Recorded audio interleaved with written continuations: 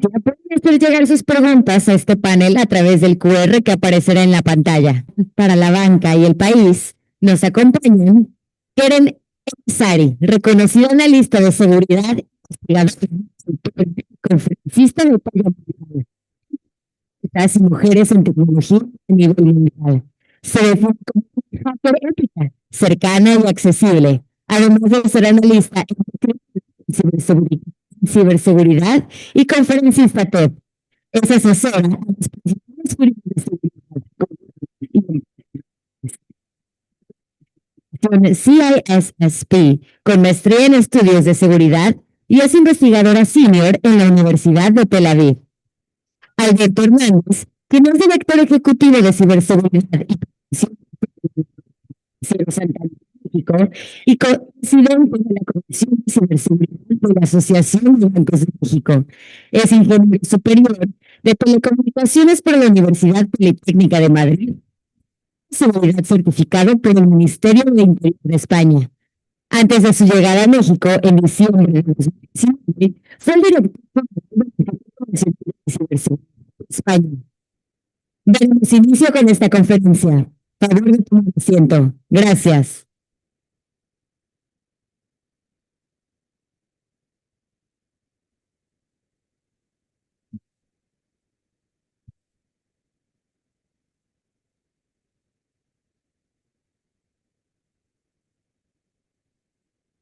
Ok.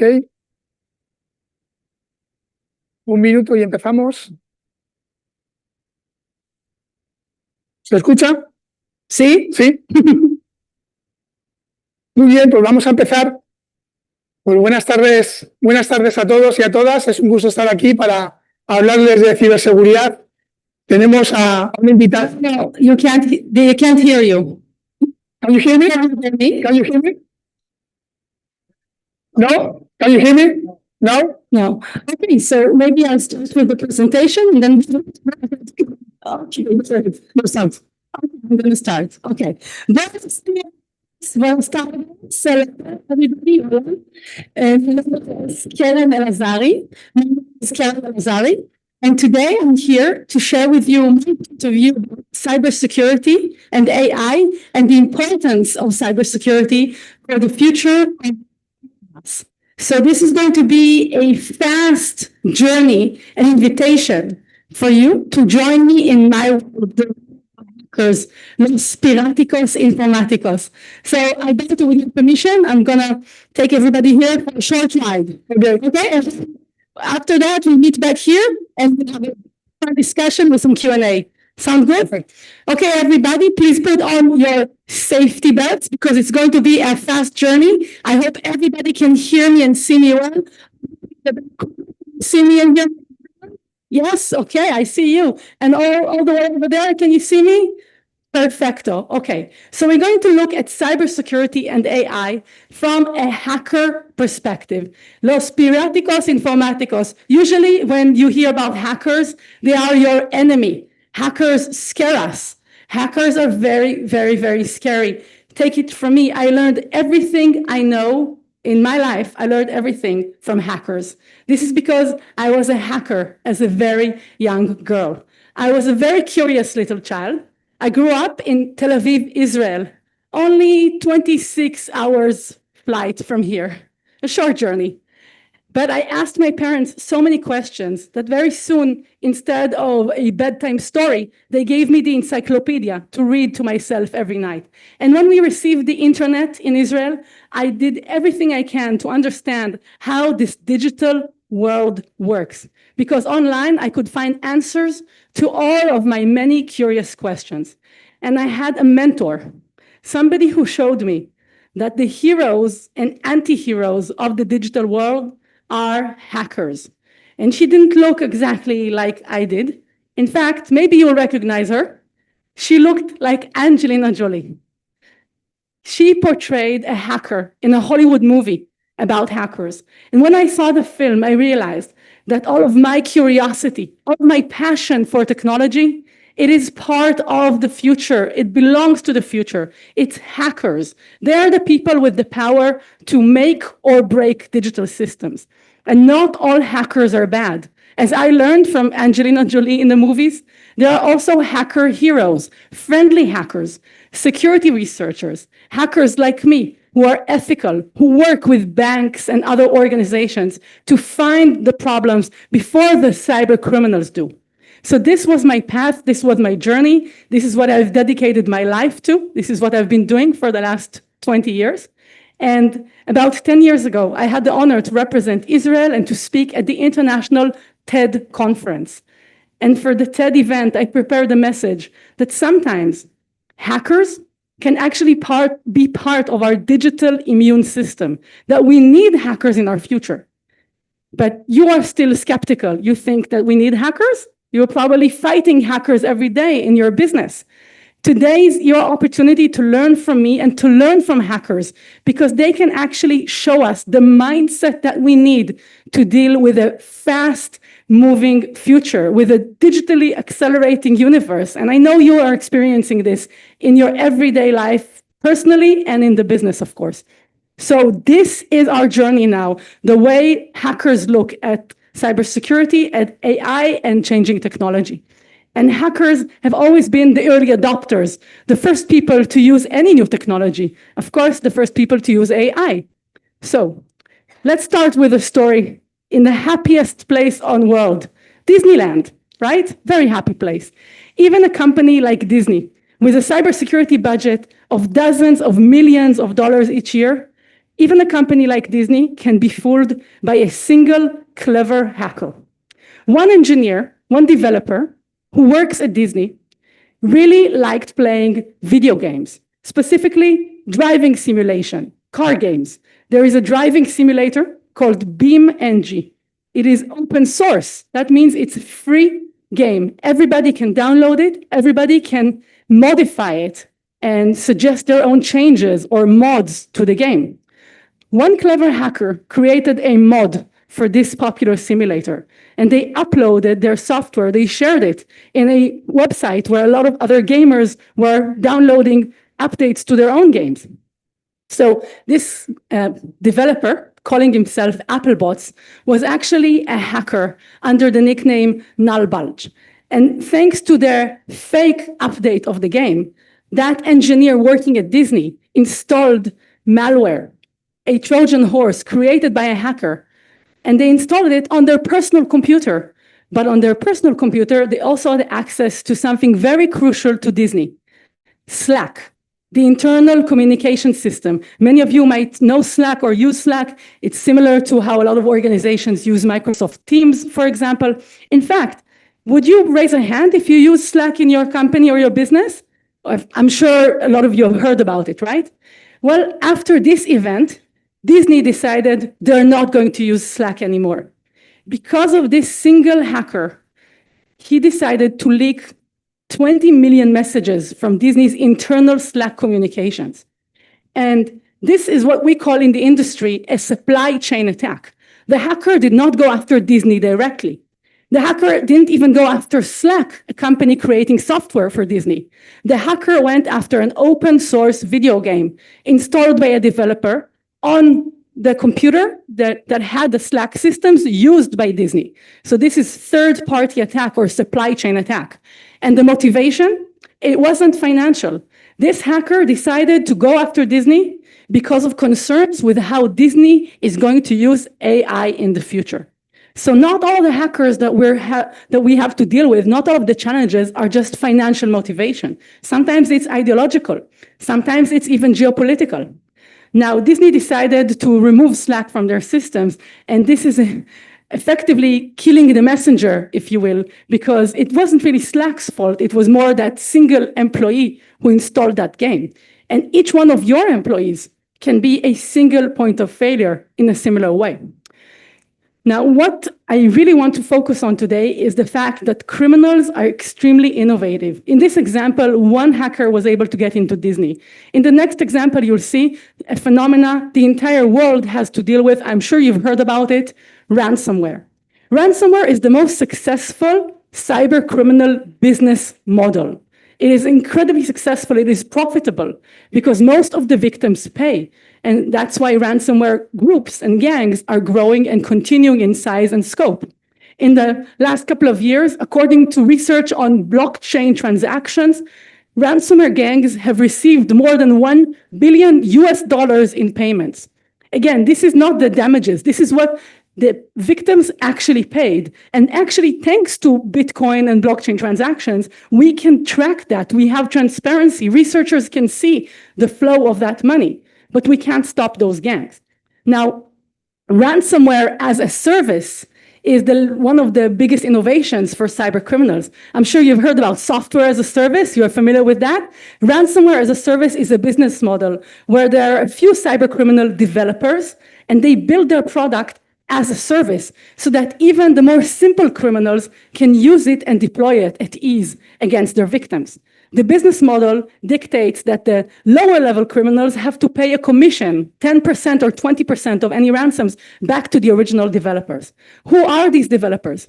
Well, these are some of the biggest ransomware gangs of the last couple of years. One is known as Black Cat, and the other is called Lockbit. However, in the last year, the FBI and other law enforcement authorities have had great success taking down some of these gangs. So there are newcomers and old-timers that are enjoying a new renaissance in the ransomware world. Groups like Clop, Akira, and Ransom Hub, which you might have heard of. I think Ransom Hub actually went after targets here in Mexico. Now, even the face of the boss of Lockbit is now known to us. This is Dmitry Yurovich Horoshev. According to the FBI, he's the boss of Lockbit. So if you see him in the Riviera on the promenade, that's a $10 million reward. And for the last year, the FBI is trying to find him. And though his face is exposed, the criminal operation continues. In fact, earlier this year, Lockbit went after OSSC, which is a Mexican company. And they also leaked the information. They didn't just threaten to leak files, they did it. These are some of the names and faces and the details from that company. Some of you might know OSSC. They are a payroll provider. And this is, again, another example of how criminals are not necessarily going directly after the big banks, but they are going after service providers and third-party software solution providers. In another case, Ransom Hub, a group that prides itself on not attacking any Russian, Iranian, Cuban, North Korean, and Chinese targets. Ransom Hub also went after Christie's, one of the world's largest auction houses, and they did actually go after the government of Mexico. Now, this was a really interesting case. It happened last November. Somebody at Ransom Hub decided to attack the government of Mexico. And this was the notice on their darknet website. 10 days later, a new instruction from the gang leader of Ransom Hub came out. Please stop attacking government agencies. They never pay, so it's not profitable. Seriously, this was the announcement. Now another group in France went after a French company, Schneider Electric. They requested the ransom in Bitcoin or baguettes. Seriously. Now, why would they do that? Because they want attention. They want marketing. They want us to talk about them so that other criminals will want to work with them. This is a new form of affiliate marketing. It's a business model for criminals. And they spend a lot of time on these sort of marketing stunts. Yet there are other ransomware gangs that you've never heard of and don't want you to know about them. The largest ransomware case in history, $75 million US dollars paid by the victim, and you don't know about it, and you haven't heard about it in the news. So how do I know about it? Because of the Bitcoin transaction. 3 separate Bitcoin transactions uncovered by a security researcher show us that one of the Fortune 10 companies, this means a company that is one of the 10 largest companies in the world, according to the Fortune list, paid a $75 million ransom. Do you want to guess which industry this company is in? It's not finance. I will tell you right now. Any guesses? No, it's not tech. What is one of the most profitable industries in the world? It's pharma. Cencora. Cencora is one of the largest pharma companies you haven't heard of. Fortune 10 company paid $75 million ransom to a group you never heard of, calling itself only Dark Angel. Dark Angel don't do any publicity. They also don't invest in graphical design, as you can see. But they are the most successful ransomware group out there, and their model is not to attract attention. Their model is to be quiet and to be scary, and it works. So groups like Ransom Hub, Dark Angel are really enjoying a period of flourishing. It's a criminal renaissance. They're going after new targets. They're coming up with new business models. They're using AI. And one of the best things about AI is the ability to create fakes, deep fake video, images, avatars. I'm sure you've all experienced AI. You use AI. Your employees use AI. For a company in Hong Kong, it meant losing 25 million US dollars after a fake Zoom call. One employee was on a call with 9 colleagues and the chief financial officer of her company.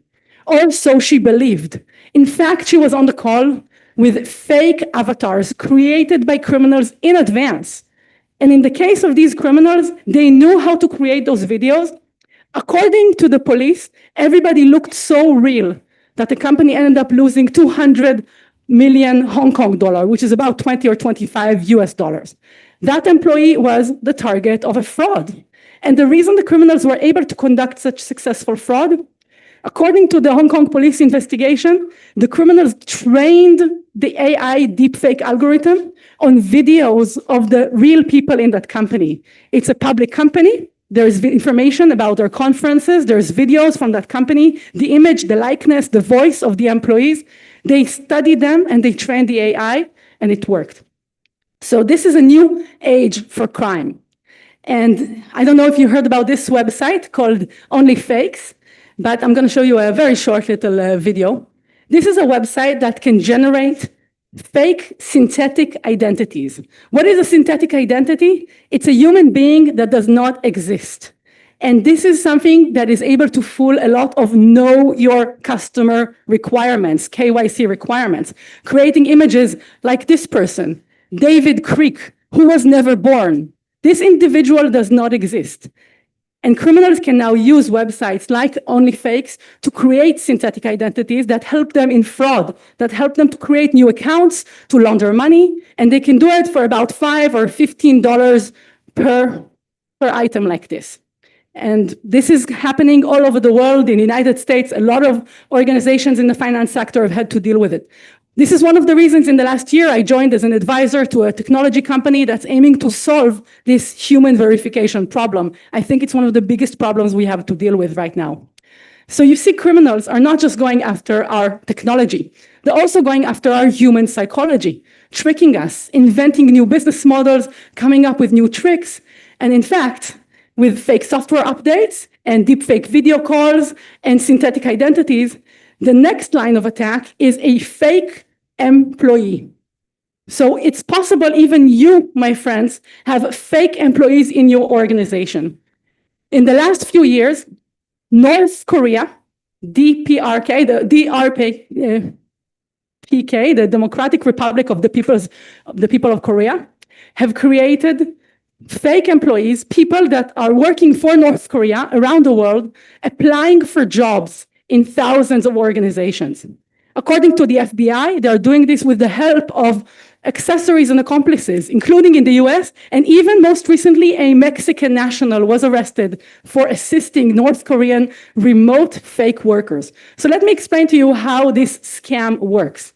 Your company needs engineers, cloud engineers, software developers, graphical developers, UI developers, and you hire them from wherever you can because you need the talent. Maybe you use platforms like Fiverr or Workday or other freelance platforms, and people apply for the jobs.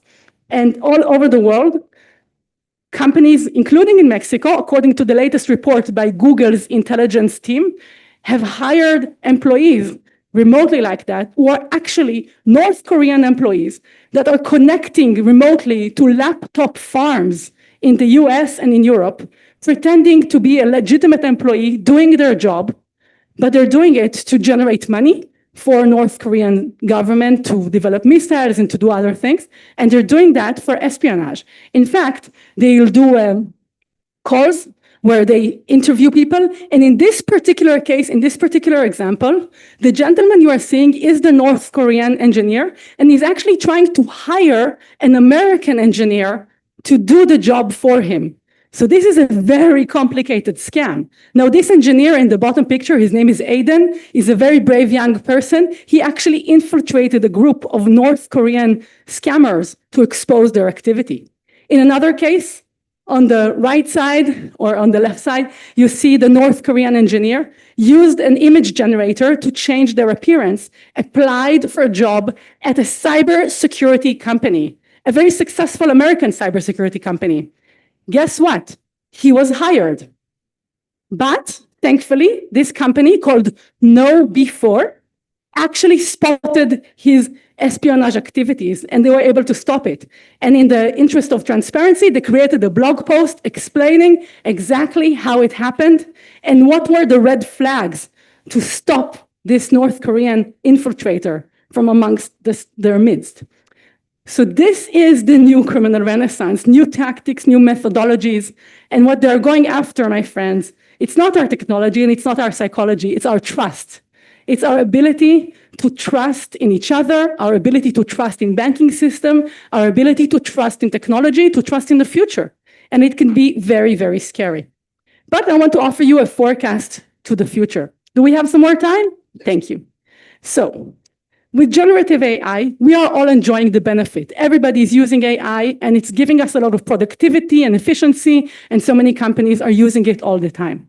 For bad guys, it's also a boost for efficiency. AI and hackers is a love story for the new age. For the three classic methods of how a hacker gets into your company, the three classic methods, which are phishing emails, credential or password use, using the passwords that you have or your employees have, or directly attacking your systems. For each of these three classic methods, AI is a huge improvement to a hacker's efficiency. Don't believe me? There's an AI for that. This is a website called There's an AI for That. That is the name of the website.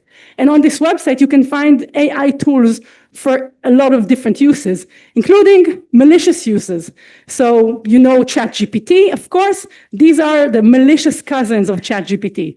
Dark Bart, WormGPT, SpyEye, ThreatGPT. This is just a few of the stars on the list. In fact, there is Ransom Chat GPT, which is trained on ransomware negotiations. So Ransom Chat GPT is one of the latest advances. And in fact, there is a huge list. It goes on and on. There are dozens, if not hundreds, of new tools that can be used by criminals. The good news, these tools can also be used by the defenders. They can be used by your people, by the good, friendly hackers. But you have to take the time and the attention to invest and learn how these tools work. Otherwise, we're not playing in the same sport. It's like playing a soccer in the Premier League, or what is the top league for soccer in Mexico? The National League? Yes? Mm-hmm. So you're playing like the little kids soccer with the national or international soccer players if you're not learning about how all of these tools work. Maybe you're not even playing football at all. Maybe you're playing a different sport. But let me tell you who is playing in the AI Sport International League. All of the biggest, most malicious nations out there. According to OpenAI, the company that makes ChatGPT, they found Russia, China, Iran, and North Korea are actively using OpenAI ChatGPT to try and develop their latest tactics, their cyber espionage campaigns, and all of their activities. And this is a report from last year. So they're not waiting for any guidance on how to use AI. They jumped straight into how to use AI. And my friends, let me tell you something more. I really wanted it to be a joke, but unfortunately, it's not very funny. A lot of people say, well, I'm not going to be replaced by AI. Maybe you're not going to be replaced by AI. You will be replaced by a human that knows how to work with AI. That is for sure. And one of the things I do with AI is write jokes for my talks. So thankfully for comedians, their job is safe. It's true, comedians are not going to be replaced by AI, but a lot of people will be. So you have to prepare for that future. In summary, or if we have more time, I will take some more. We have more time. Okay, great, fantastic. AI is like a triple-sided sword. It has three sides. Of course, it's useful for us. It's great for efficiency, for productivity. If you're not using AI, you can't compete with the companies and brands and organizations that are using AI. So it's good for us. but it's also good for the bad guys. And the triple side, AI also creates new targets. It creates new problems, new privacy issues, new security issues that didn't even exist before. So this is a very complicated world. And it's a world where visibility, one of the most important things, is gone because things are changing at an accelerating pace. Things are happening so fast, it's very, very difficult to gain visibility. So my recommendation, if you only take away one thing from my talk today, take your time. Take the time to invest in your people, in your teams, to understand how you're using AI, how you can use AI to advance or make better cybersecurity defenses, and how your adversaries are using AI. If you don't take the time to invest in it, somebody else will. Whether it's a competitor or a criminal, only fate will tell. But you have to take the time to understand how these things work. Now, in this picture, you might think the woman and the machine are competing for supremacy. But the reality is our future will be ruled by those humans who know how to work hand in hand with the AI and the technology, and by those who can outsmart it. And who can outsmart technology? Hackers. We can. So maybe you can make hackers your new front line of defense. Or better yet, maybe you can make your employees who are already on the front lines more like us hackers. Prepare them to embrace this hacker mindset and hacker mentality. Hackers can actually help you be more prepared. And there are a lot of companies who have realized this. 10 years ago, when I talked at TED about hackers being the immune system, many were skeptical. Today, companies work with hackers all over the world in the form of bug bounty programs, security reward programs that are inviting friendly hackers like me from all over the world, from Israel to Argentina, to North America, to Korea, Australia, Europe, Mexico, of course. Friendly hackers are participating in bug bounty programs. Just last month, Microsoft did an event called Zero Quest. It was a conference or a weekend event, a hackathon, and not exactly in beautiful Puerto Vallarta, more like rainy Seattle, but that's okay. Because the hackers were not distracted by the beautiful view, they were busy finding bugs, finding vulnerabilities. And those hackers who were invited to Microsoft's special event, they got a reward of $1.6 million, not each, but to all of them, for finding different vulnerabilities in Microsoft's code. That means defending all of us, because we all use Microsoft. And we all use products from all of these companies. All of these brands have learned how to collaborate actively with hackers, to hire hackers, to work with friendly hackers in bug bounty programs. And if you're a leader, if you're a CEO or chief security officer, and you're still thinking about how things used to be, once again, my friends, you're not playing in the right sport.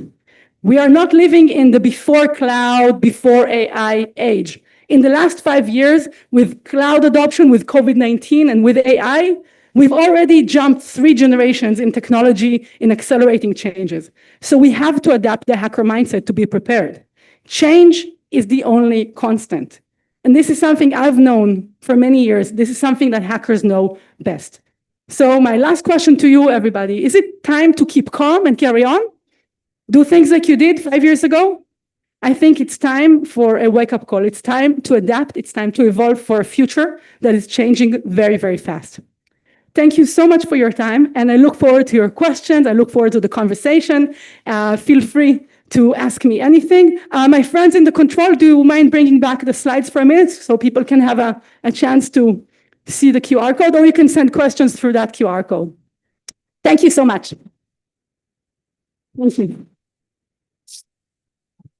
And now, yeah. Okay, Keren, thank you so much for your amazing presentation. My pleasure. Thank you for having me. And it's not the first time we're meeting, actually. Yes, we met many years ago in Estonia. And in fact, yes, we met at a NATO event. So NATO, the North Atlantic Treaty Organization, actually has a cybersecurity event, a conference that's been going every year in Estonia. And that's where we met the first time. And then we met at Cyber Camp Madrid, which was a really cool event with a lot of hackers. Yeah. So well done, Alberto. Thank you. In fact, Keren participated in an event to train and to give awareness to children in Spain. So a very good initiative. Thank you so much. Of course. So Keren, I remember your presentation in Estonia many years ago, talking about hacktivism. I'm talking about Anonymous. So at that time, there were a lot of hackers group with different motivations, principally social and political. But I think that things have changed a lot from then to now. So now the motivation is different. From then to now, we have seen a lot of hackers that have moved from the dark side to our side. But now, do you consider that it is still possible that hackers, ethical hackers, can move from the dark side to the right side, taking into account that cybercrime now is a very profitable business? So cybercrime is extremely profitable, you're correct. But there are a few things that are bringing more people to the side of the bright side, the light side. And the things that are bringing them is, first of all, awareness by companies, big brands that are trying to hire and work and collaborate actively with hackers. It's not criminalized as it used to be in the past, where you were a researcher and you would be considered weird or strange. But more importantly, I think right now there's also really active initiatives. There's hacking games, competitions to bring to light what the job of a security researcher or a hacker really is. I spend a lot of my time on pro bono activities back in Israel, training young women to become hackers so that they can join the cybersecurity workforce, including women from different backgrounds, women who, for example, maybe they have had kids, they never had a chance for formal education, and we're now training them for cybersecurity jobs. And I think this is a really good approach because giving people alternatives is one of the best ways to take them away from the criminal side, providing them with an accessible alternative. But the best thing, I think, and I believe in that actively, is role models, positive role models. I was very lucky to see Angelina Jolie in that movie, right? Because I saw a really cool movie that showed me a hacker who chose to become a hero with her skills. And I had the same skills. If I did not have that kind of movie, and then later on, if I did not have the chance to develop my skills in my country in a safe way, I could have easily gone to the dark side. So role models and showcasing what a hacker looks like, what a security researcher looks like, and what a friendly hacker looks like, I think is really powerful. Okay. So you know that we have a very big, huge problem in terms of talent. So all of the companies, all of the financial entities need to have more talent, more people working on cybersecurity, but there isn't enough people. There isn't enough people, even in Mexico, but in other countries. So what can we do in order to, first of all, to promote cybersecurity as a professional career in the young people? And secondly, to hire people in, I don't know where, but to hire people to can work with us to protect our companies. So where will you meet hackers? Well, you can do what I did. Go to a hacker convention. Just like this event here, hackers have conventions. And in fact, all around the world, there is an event for friendly hackers. It's called Security B-Sides. Let me give you an invitation right now, Alberto. This is for the one in Tel Aviv. Okay. Maybe the camera can focus on that. Thank You don't have to come all the way to Tel Aviv. Good news for you, next month or in 2 months, there's B-Sides Mexico City. So B-Sides CDMX. And in fact, B-Sides events exist all over the world, from Tel Aviv to North America to Europe. And they're the best place to hire security talent, to support the event. In my hometown, one of the biggest banks is a sponsor and supporter of our event because they want to hire the talent that comes to a security researcher and hacker conference. So this is one way for you to start. It doesn't matter where you are in the world, here in Mexico. I think you should go to B-Sides Mexico City. It's in about 2 months' time. Okay, yeah. Perfect. I hope you meet some great talent there. Okay. And Karen, you have talked about artificial intelligence and how hackers are using this new technology in order to sophisticate their techniques. So we know that the victims of this type of activities in Mexico, but also in other countries, not only affect to the banks, but also to our customers. And our customers are not expert neither in technology nor in cybersecurity. So artificial intelligence will sophisticate the scams. What can we do in order to protect and to aware our customers to use the technology in the right way and to be prepared against the new threats? So I have 2 answers for you. On one side, which might be the easier side, on the technology side, you need to adopt AI and new technologies, new verification technologies, for example, so that you can really help your employees protect your customers, right? And there are a lot of ways to do that. There's really amazing advances happening in the cybersecurity industry right now. And perhaps we'll talk more about the changes that are happening in biometrics, for example. But the more difficult thing is, how do you make the humans more prepared and more secure, even everyday individuals? So you have a chance and even a responsibility as leaders in your banks to educate your customers about cybersecurity, to bring them, to make the knowledge accessible, to bring the knowledge to them, but also to give them tools to make better security decisions. Give them the tools, whether it's a technology tool or it's a psychological tool, to help them make better decisions, safer decisions. And again, your employees, they are on the front line, but perhaps think about your employees. If you invite your employees to a mandatory security training, they're not really very happy about it, right? It's yet another requirement. Maybe they're not really engaged. But if you remind your employees, in fact, it's not a mandatory security training. It's a chance for that employee to be a hero for their family, for their community, for their team members, and to become security heroes. It's a chance for them to gain new skills so that they can protect other people. I'll give you an example. In the United States, there's the US Girl Scouts. I'm sure you all know, maybe you have a similar organization here, a youth movement, the Girl Scouts. The Girl Scouts started teaching the girls cybersecurity skills, not just so that they will have a great profession for them, but also so that they could be of service in their community, so that they can come to their grandmother or to their uncle and help them secure their laptop, explain how to set up two-factor authentication or how to do a software update. So turning the Girl Scouts into security heroes. Your employees can do the same for your customers. And I think there is a responsibility there, but more than a responsibility, is an opportunity. If you're a business leader, you want to be seen as a bank or an organization that is more trustworthy, that is more secure. What better way to do that other than leading such an initiative and teaching your customers how to be safer? I think it's the best way to go. Okay, and Karen, you have given to us 3 examples regarding the use of artificial intelligence for the hackers. Yes. So they are using that in order to produce better or more sophisticated attacks. Yes. So now here in the audience, we have many people from the cyber industry in Mexico, and we are asking them to produce, to give better services using artificial AI. So what are the things that you are seeing in the industry about the use of artificial intelligence to produce better tools, better techniques, of course, to be protected against the hackers? Yes. So I'm going to mention some technologies. I don't want to mention any specific names of companies. So there is no, it doesn't seem like there is a conflict of interest. If anybody is interested, please find me later and I can tell you about specific companies that I have either invested in or become an advisor in. But I'm going to talk about general technologies. So one technology is when it comes to email. When it comes to email and what we call in the business secure email gateway, or SEG, I'm sure many of your organizations have a secure email gateway.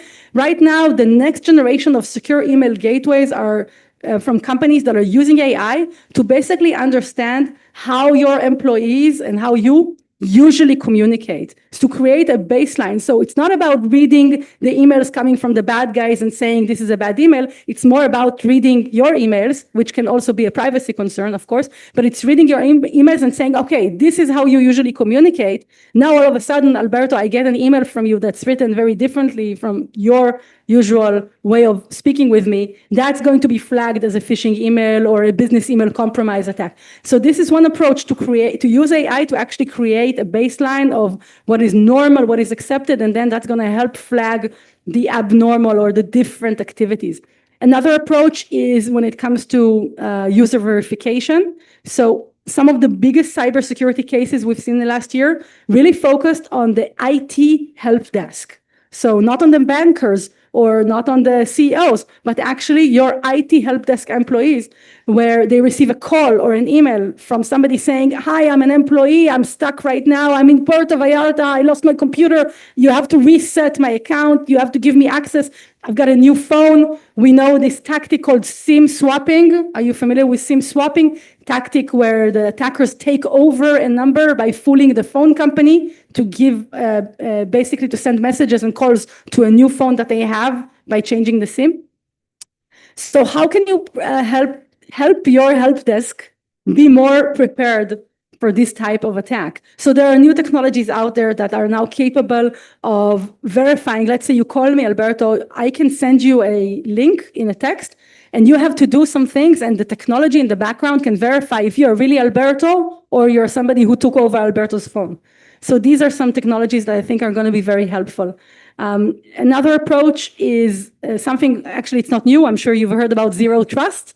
It's a little bit confusing, so I won't go into the details of it, but from the technology perspective, the zero trust approach means setting up your internal architecture in a way that is not different from an outside architecture. You're still going to verify each system, each process. It can be very expensive to do that, but it does have a lot of positive takes. Google started doing that about 12 years ago, and it really improved their internal ecosystem. Okay. Yeah. You have already said that we need to copy the way that the hackers are working in order to be protected better. So when you have talked about the book bounty programs, so book bounty programs is program with groups of hackers, and we pay to the hacker if the hacker finds a vulnerability in our perimeter. Yes. So we pay only for findings. Yes, that's all. right. And this is a very efficient way of doing things, right? Very efficient way. So we know that now hackers are using artificial intelligence in order to find in a more efficient way vulnerabilities in our perimeter. So they are running very fast. It's an arms race, right? It's a very fast-changing world, but it's true that it's a very efficient way to do things. So the United States Pentagon, the Department of Defense, realized that they can really work with hackers from all over the world to find vulnerabilities faster. And when the Pentagon opened the program, the reward program called Hack the Pentagon, from the moment they started the program until they got their first report, it only took 13 minutes. So it took 13 minutes for a hacker to find the vulnerability on a Pentagon system and report it. Now imagine how many years that vulnerability was already there, but nobody knew about it. So this should be a call to action to all of us to use AI, but also to use the power of hackers around the world to invite their positive attention in the form of bug bounty programs. By the way, it doesn't have to be money. I know a lot of people are skeptical and they're thinking, well, actually, Karen, you're just telling me to pay the criminals not to be a criminal, right? It's a little bit problematic. But not all of the organizations that do a bug bounty program actually provide a prize of cash money. In the case of the Pentagon, they're doing the same thing that Tesla, the car company, does. They actually have medals. So there's a really cool medal that only the top hackers that help find vulnerabilities for the US Pentagon or for Tesla, only these hackers win these medals. There's actually less of these medals than there are Olympic medals out there in the world. So it becomes kind of a point of pride for hackers to participate in the program and to try and help Tesla or the Pentagon to find vulnerabilities. It's not about getting that cash money reward. Okay, let's move to another topic. Sure. Information sharing and international collaboration, Karen. So we always talk about the need of share information about cybersecurity, because if we share information, we will be protected in a more efficient way.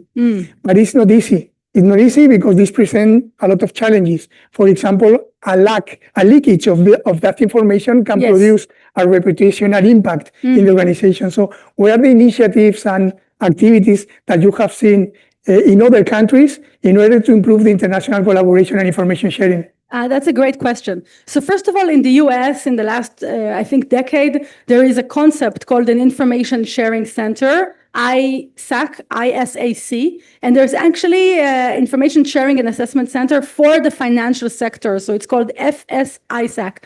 And it's not just in the US. I think they have members from around the world. I had a chance to have some projects with them. And the idea is that there is an independent center that coordinates and collaborates between all of the different organizations in that sector to help make the sharing of information safer and more secure.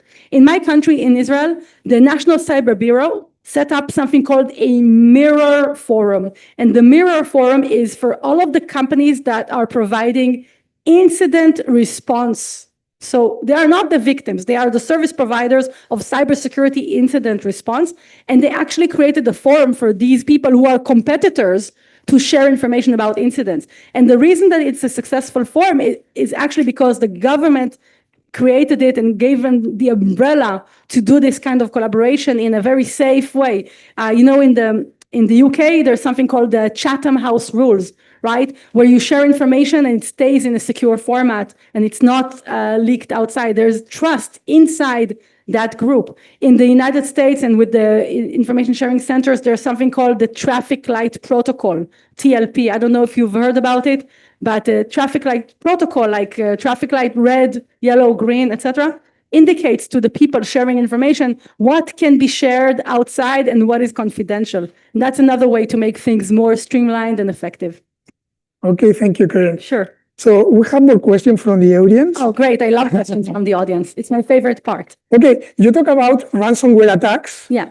And why some criminal organizations are not interested in attacking some entities because they are not going to pay. Yes, exactly. So I conclude, I think that not paying is the best strategy to reduce the interest of hackers to continue working on ransomware attacks. Or is there any other strategy that we can apply? First of all, this is a really good point that you're bringing up, because the reason ransomware is happening so often is because it's a successful business model for the bad guys. So victims should stop paying the ransomware in order for it to become less profitable for criminals. But of course, criminals are very sophisticated. They thought about that. And this is why their business model is continuously changing. It's not just ransomware. In the beginning of ransomware, it was about locking your files, locking away your access to your systems.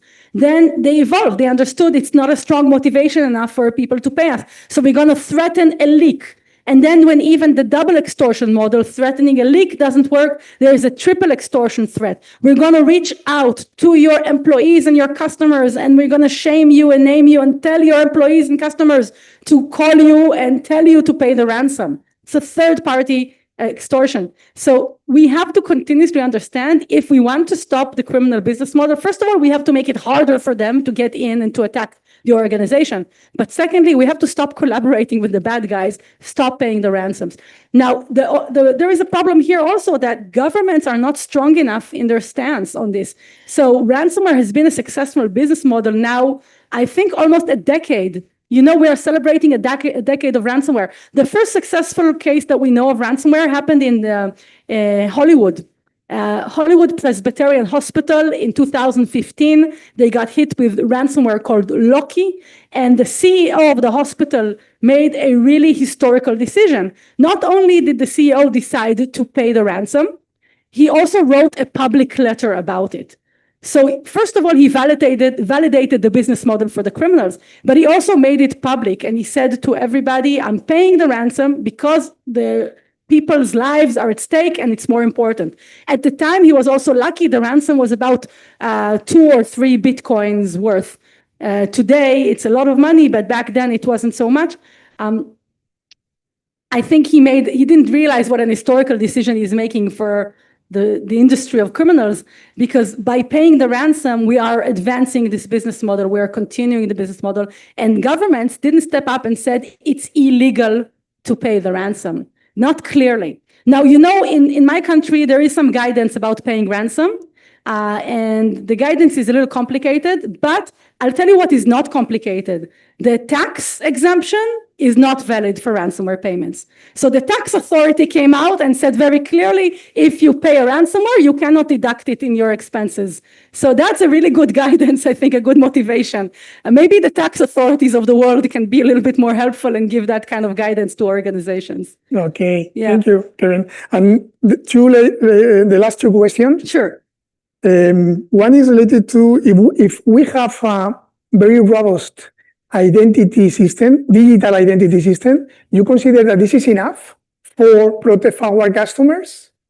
So I need to know more about your digital identity system, of course, but we really have to make things very dynamic, very adaptive, because criminals are really, really good at changing the tactics. And biometrics is one thing. I really hope that biometrics, I'm not talking just about face or image, because we've seen how easily that can be faked, but also continuous behavioral biometrics and other forms of advanced biometrics. That's going to be a lot harder for criminals to subvert, I think we have to use AI maybe in a better way for identification. There are some companies working on that. I've been, again, advising and investing in a few because I think it's really, some people are saying identity is the new perimeter. Right? We used to think about firewalls in our industry. We used to think about protecting the perimeter, the outside of the company, separating the inside system from the outside system. Right now, a lot of people are saying identity is the new perimeter. So that's going to be a really, really important area to focus on. But I would have to see more of your system in order to qualify it. I think it's not always enough, right? We always need to be one step ahead of what the bad guys are doing. Agreed. And Karen, the last question, and the most difficult one. A difficult one? Okay. So 10 years ago, we talked about activists